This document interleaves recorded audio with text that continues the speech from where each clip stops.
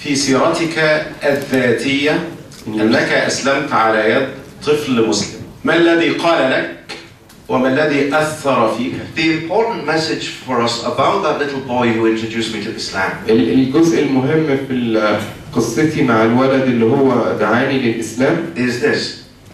هو For 40 years I lived in the UK.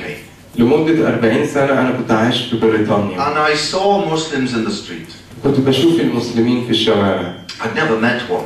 لكن عمري ما قابلت مع حد بشكل مباشر. Because you don't talk to Muslims. لأن في بريطانيا تخاف إنك تكلم واحد مسلم. Because I knew what everyone knows about Muslims. لأن أنا كنت أعرف اللي يعرفه الناس كلهم في الغرب خصوصا في بريطانيا عن المسلمين. That they'd chop your hands off. إنهم هيقطعوا إيدك. And they blow themselves up. ويفجروا نفسهم ويموتوا نفسهم ويموتوا كل اللي حواليهم. And they hit women. وإنهم بيضربوا النساء. I knew all about Muslims. ده كل اللي أنا كنت أعرفه عن المسلمين. But I'd never met one. لكن كان عمري ما قابلت لقاء مباشر ما بيني وما بين أي حد مسلم. And it took this beautiful land of Egypt. لكن من حظي ومن خلال وجودي في الأرض الجميلة أرض مصر الجميلة To meet Islam and Muslims for the first time. إن أنا قابلت وتعرفت بالإسلام والمسلمين الحقيقيين لأول مرة في حياتي. And my introduction to Islam didn't come from some big fancy sheikh giving a talk in a mosque. وبداية معرفتي بالإسلام ما كانتش عن طريق شيخ من الشيوخ العظام اللي إحنا كلنا بنحترمهم وبنجلهم. It didn't come from watching a program on a so-called Islamic channel. ما كانش عن طريق ان انا اتفرجت على قناه تلفزيونيه اسلاميه. Or reading a book about Islam. او حتى ان انا اقرا كتاب عن الاسلام. Or even opening the Holy Quran. او حتى ان انا اتشرف بان انا افتح القران الكريم. My dear brothers and sisters. اخواني واخواتي الاعزاء. My dear sons and daughters, really. في الحقيقه انا المفروض اقول لكم ولادي وبناتي لان انا عجوز قوي عليكم ان اقول لكم اخواتي واخواتي. This is the beautiful part of it. هي ده اجمل جزء في الموضوع. I was introduced to Islam by a little boy of about 14 in the street. بداية معرفتي بالإسلام كان عن طريق ولد في سن 14-15 سنة في الشارع. You know, he had nothing. هو ما كانش في إيده أي علم، ما كانش في إيده أي شيء. Little plastic ship on his feet. And he saw my white skin. هو شاف لون بشرتي الفاتح. And he said to me, Assalamu alaikum. وقال لي السلام عليكم من قلبه. And for the rest of the week I passed this little boy and I learned some Egyptian words to say to him. وخلال الأسبوع اللي أنا كنت عايشه في مصر بقى تعمدت إن أنا كل يوم أمر أعدي عليه عشان أشوفه وتعلمت له بعض الكلمات عشان أقولها له. I learned to say to him, زايك يا حبيبي. زايك يا جميل. اتعلمت ان انا اقول له ان هو قاله طبعا ده مش محتاج. And he replied to me, Alhamdulillah. لكن كان رده دايما من جوه قلبه بقناعه الحمد لله بصدق.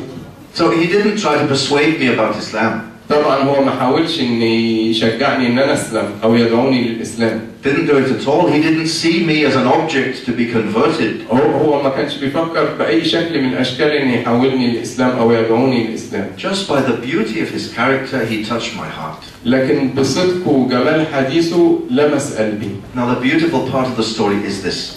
اجمل جزء في القصه هو that little boy doesn't know I became Muslim. الولد ده ما يعرفش ان انا بقيت مسلم.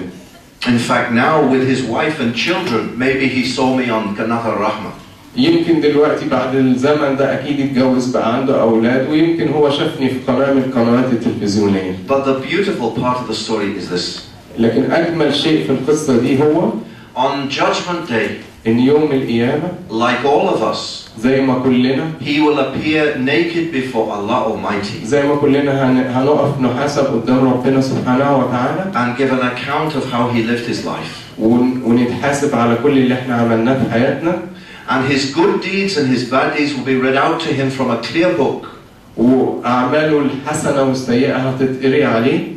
And the angel will say, reading his good deeds, you did this, and you did this, and you did this, and you did this. والملائكة هتبتدي تقرأ حسنات وتقول إن أنت عملت كذا وكذا وكذا. And the young man will think the angel has finished.